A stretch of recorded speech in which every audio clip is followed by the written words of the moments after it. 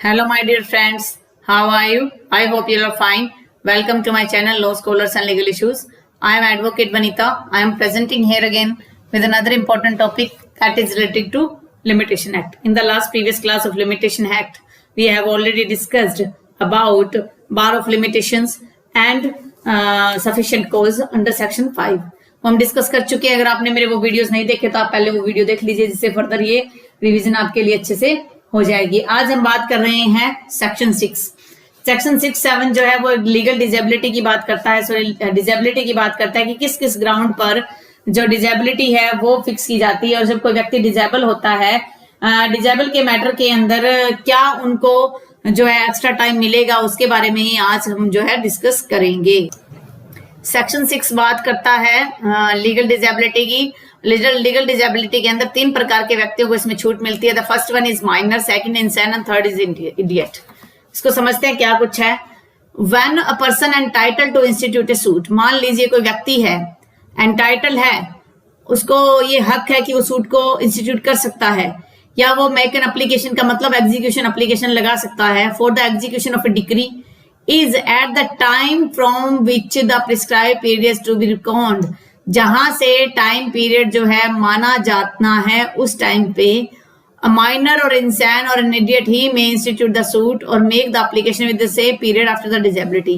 कि मान लीजिए कि at the time from which the prescribed period is to be reckoned, जहां से prescribed period है वो काउंट करना शुरू होना था, उस टाइम पे जो व्यक्ति जिसको राइट है शुरू करने का वो एक माइनर है, इंसान है या इडियट है, he may institute the suit or make the application within the same period after, उसको same period मिलेगा after the disability has, जब उसकी disability खत्म हो जाएगी, as would otherwise have been allowed from the time specified there is for in the third column of the schedule. जो third column जो schedule में दिया हुआ है, लिमिटेशन एक्ट के आर्टिकल जो दिए हुए हैं उनमें वर्णन होगा. मान लीजिए कोई व्यक्ति है, एक फरवरी 2015 को किसी के फादर की डेथ हो जाती है, किसी आदमी की डेथ हो जाती है. उसकी डेथ होने के बाद उसका बेटा जो है वो मौजूदा टाइम में 6 साल का है, मौजूदा टाइम में 6 साल का है. और अगर एग्जीक्यूशन की एप्लीकेशन आपने लगानी हो तो उसमें टाइम होता है 12 साल. अब ये कहने का मतलब है कि जब ये 6 साल का है, यानी कि 18 साल का होने के लिए माइनर कब मेजर होता है, जब वो 18 साल की उम्र गेन कर लेता है. 18 साल तक होने के लिए उसे 12 साल और लगेंगे, और जो एग्जीक्यूशन का जो टाइम पीरियड है वो भी 12 साल है. तो 12 साल के बाद जब वो 18 साल का होगा तो उस टाइम से 18 साल के होने के बाद से उसको एक्स्ट्रा टाइम दिया जाएगा. एक्स्ट्रा टाइम 3 इयर्स का उसे मिलेगा, जो सेक्शन 8 हम डिस्कस करेंगे उसमें मेंशन है. तो एक्स्ट्रा टाइम उसको 3 साल का ही मिलेगा, चाहे उसको एग्जीक्यूशन के लिए 12 साल मिलना था, लेकिन अब उसे एक्स्ट्रा टाइम सिर्फ 3 ईयर का मिलेगा. कहने का मतलब है जब उसकी डिजेबिलिटी सीज हो जाती है, डिजेबिलिटी से वो मुक्त हो जाता है, उस टाइम उसको ये कुछ एक्स्ट्रा टाइम जो उसे दिया जाएगा. ऐसा नहीं है कि टाइम रन नहीं हो रहा, टाइम जो रन माना जाएगा इस टाइम से 18 साल का होने के बाद वो टाइम जो है रनिंग में आएगा. अब हम बात करते हैं हम इडियट और इंसान की. इडियट और इंसान में क्या फर्क होता है? देखिए, ये नॉर्मली एक जैसे शब्द लगते हैं हमें और हम कंफ्यूज भी बहुत होते हैं इस मामले में. माइनर तो आप सभी को पता है, इंडियन मेजोरिटी एक्ट के तहत माइनर को मेजर तब माना जाएगा जब उसने 18 साल की उम्र पूरी कर ली होगी. लेकिन जब हम इंसान की बात करें, जब इंसान की हम बात करते हैं तो इंसान वो व्यक्ति होता है जो मेंटली डिसऑर्डर है, उसको मेंटली डिसऑर्डर का मतलब किसी वजह से पागलपन के दौरे पड़ रहे हैं, कुछ ऐसा सिस्टम है. माइनर तो 18 साल का हो जाएगा. इंसान जिसको कुछ पागलपन के दौरे पड़ने लगे हों. और इडियट कौन होता है? इडियट वो व्यक्ति होता है जिसको इंटेलेक्चुअल ही उसकी कैपेबिलिटी नहीं है, यानी कि उसको बुद्धि है ही नहीं, उसमें कोई सोचने समझने की क्षमता नहीं है. जब उसकी वो बुद्धि ठीक हो जाती है उस टाइम में जो है वो अपना सूट फाइल कर सकते हैं. तो ये जो सेक्शन 6 है ये अवेल बाय प्लेंटिफ, ये प्लेंटिफ पर ही लागू होता है, डिफेंडेंट को इसमें किसी प्रकार की कोई छूट नहीं मिलती है. अगर हम इसके स्कोप की बात करें तो स्कोप में अगर हम समझे तो जो इस सेक्शन का ऑब्जेक्ट है वो ऑब्जेक्ट ये नहीं है कि उनको स्पेशल छूट दी जा रही है, बट इनका ऑब्जेक्ट ये है कि लिमिटेशन एक्ट अप्लाई ही नहीं होगा इन लोगों पर. जो माइनर है, इंसान है और इडियट है, उन पर लिमिटेशन एक्ट ही अप्लाई नहीं होगा. वो अप्लाई ही तब होगा जब वो अपनी उस लीगल डिजेबिलिटी से एक तरीके से सीच हो चुके हैं, उसको मुक्त हो चुके हैं। अगर हम सेक्शन 6 की बात करते हैं तो फर्स्ट जो इसमें क्या fresh starting point of limitation नहीं आएगा, बल्कि उसको एक्सटेंड किया गया है। ये टाइम रनिंग तो उसी दिन से शुरू हो गई थी जिस दिन उसके फादर की डेथ हुई और माइनर है, लेकिन ये टाइम एक्सटेंड हो जाएगा सेक्शन 6 में। और सेक्शन 6 जो है वो सिर्फ सूट्स पे अप्लाई होता है, अपील्स वगैरह पे अप्लाई, अपील्स और प्रीएम्पशन शूट्स पे अप्लाई नहीं होगा, क्योंकि प्रीएम्पशन शूट और जो अपील्स होती हैं उनपे उनको खुद को पर्सनली उनकी रिक्वायरमेंट नहीं होती, अपील तो कोई दूसरा एजेंट जो है, वकील भी जो है वो कर सकता है। ये जो साफ तौर पे कह रहा है ना, यहाँ पर आप देखिए, ये साफ तौर पे आपको कह रहा है institute a suit or make an application. Suit institute करेगा या एप्लीकेशन लगाएगा एग्जीक्यूशन की, उस मामले में उसको ये छूट मिली हुई है, अदरवाइज उसको किसी प्रकार की छूट नहीं होगी। एक प्लेंटिफ जो है अगर वो डिजेबिलिटी में है तो उसको सिर्फ इस बात पे बेनिफिट नहीं मिलेगा कि जो है डिफेंडेंट डिजेबल है। मान लीजिए ये जो व्यक्ति है माइनर है, इंसेन है, इडियट है, इनके खिलाफ कोई व्यक्ति केस करना चाहता है, सूट फाइल करना चाहता है तो वो कर सकता है, उस व्यक्ति के लिए छूट नहीं होगी।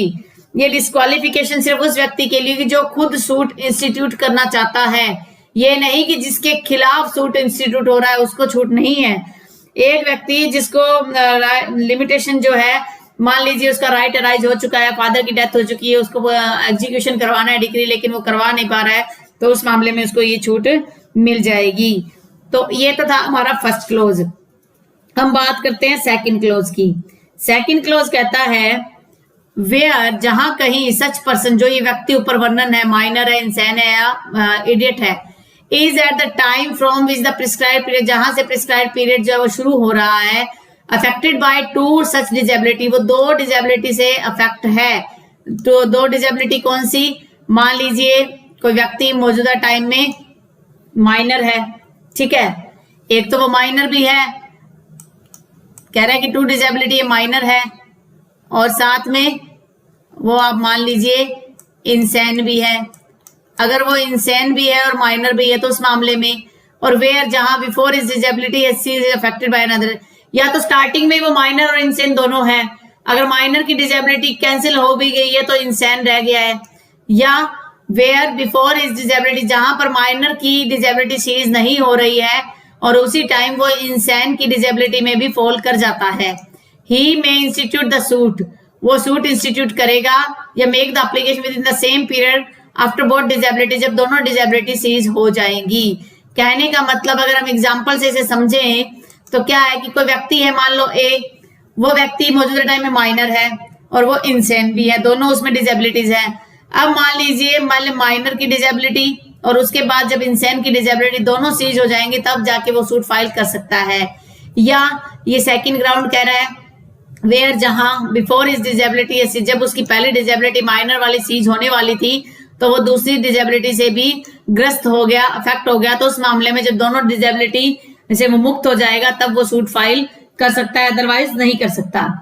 नेक्स्ट है where the disability continues up to the death of that person, जब मान लो डिजेबिलिटी कंटिन्यू रहती है जब तक उस व्यक्ति की डेथ नहीं हो जाती। मान लीजिए फादर की डेथ होगी, बच्चा जो है उसको डिजेबल है पूरी जिंदगी ही, तो उसकी डेथ के बाद हिज एलआर, उसके जो एलआर होंगे वो इंस्टीट्यूट कर सकते हैं suit or make the application with in the same period after the death. वही सेम सिस्टम जो है क्लॉज फर्स्ट और 2 का वो यहाँ एप्लीकेबल हो जाएगा।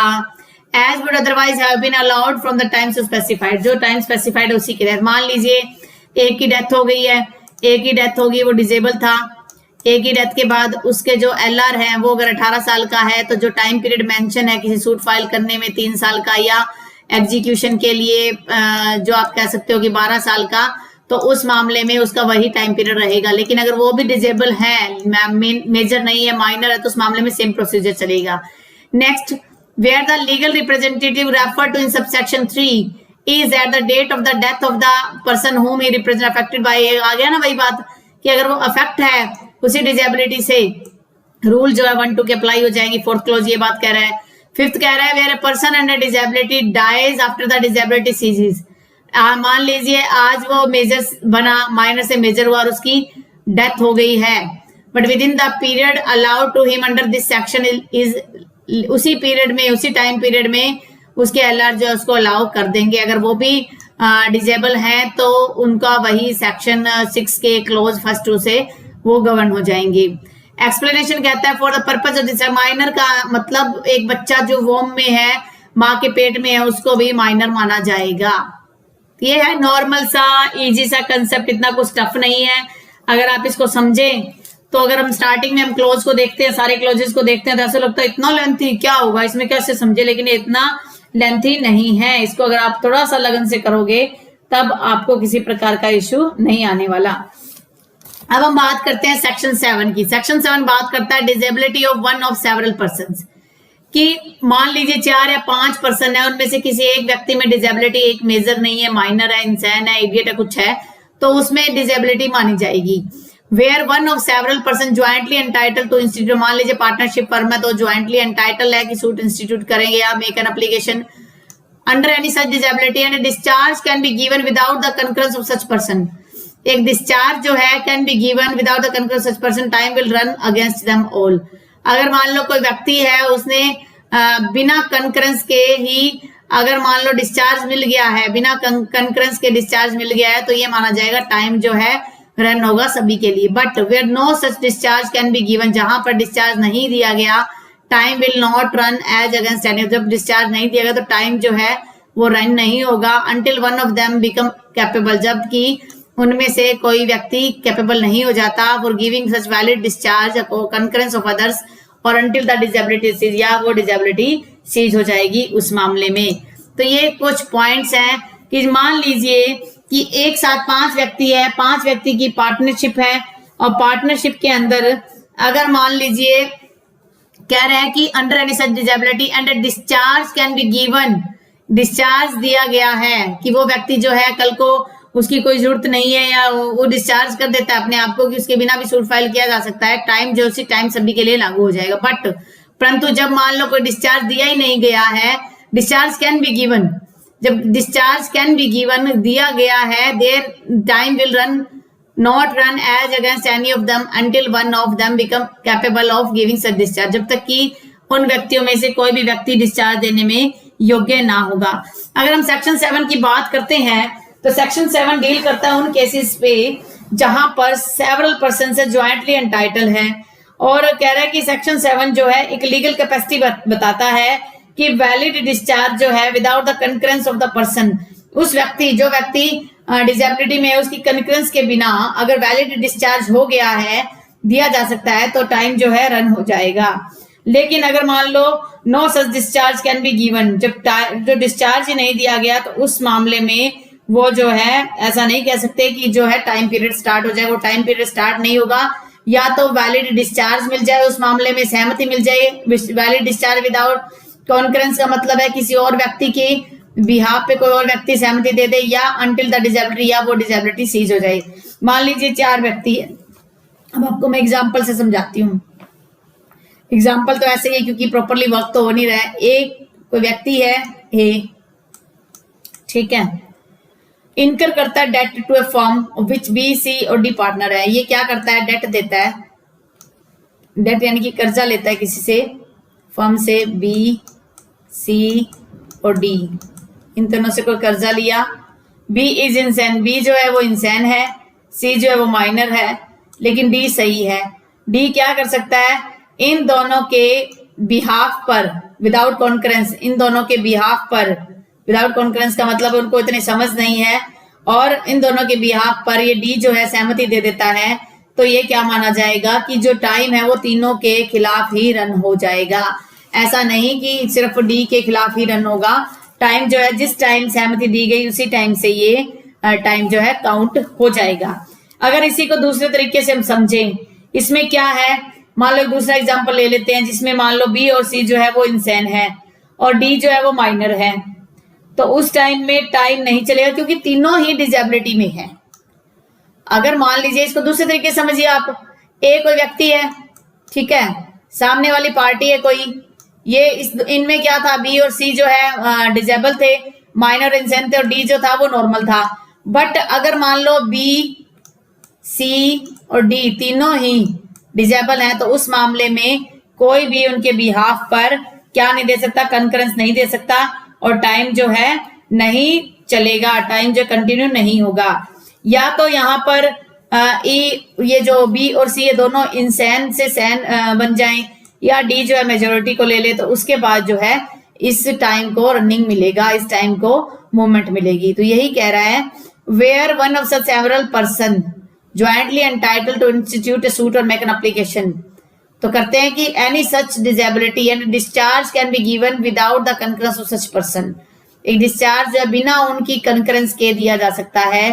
टाइम विल रन अगेंस्ट, तो टाइम सभी के साथ चलेगा। लेकिन जहां पर कोई भी डिस्चार्ज देना संभव ही नहीं है, तीनों के तीनों ही डिसेबिलिटी में है, तो टाइम वहां पर रन नहीं होगा। टाइम तब रन होगा या उनमें से कोई भी एक व्यक्ति वैलिड डिस्चार्ज दे पा रहा है, वैलिड एक तरीके से सहमति दे पा रहा है, या उनकी डिसेबिलिटी खत्म हो जाती है। एक्सप्लेनेशन कहता है this section apply to discharge from every kind of liability. जब डिस्चार्ज हो जाएगा तो हर प्रकार की जवाबदेही के लिए वो लायबल माने जाएंगे। मान लो डिस्चार्ज हो गया, वो उस चीज से छूट चुके हैं, उनकी तरफ से सहमति आ चुकी है, तो ये माना जाएगा कि हर एक व्यक्ति लायबल होगा। For the purpose of explanation 2 कहता है for the purpose of this section the manager of a Hindu undivided family govern by the Mitakshara shall be deemed to be capable of giving. मान लीजिए करता है, फैमिली का हेड है, और जब करता होता है उसके बाद वाइड पावर होता है, वो क्या कर सकता है without the concurrence of the other member, बिना दूसरे व्यक्तियों के कंकरेंस के ही वो डिस्चार्ज दे सकता है, क्योंकि वो क्या है ज्वाइंट फैमिली का ऑनर माना गया है।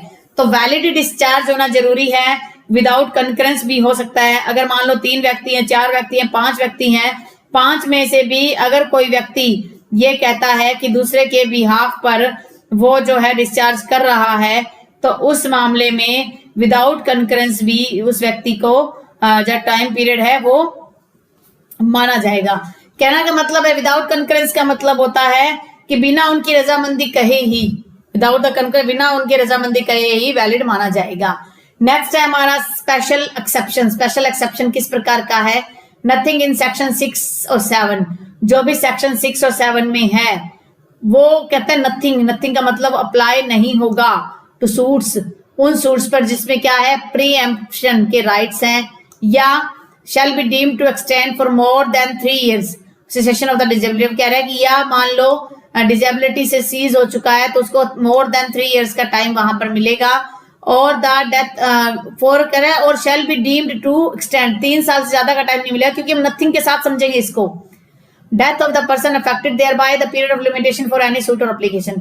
कहने का मतलब पहली बात है कि सेक्शन 8 कहता है कि आप जो है सेक्शन 6 और 7 को प्री एम्प्शन के सूट्स पर फाइल नहीं करोगे।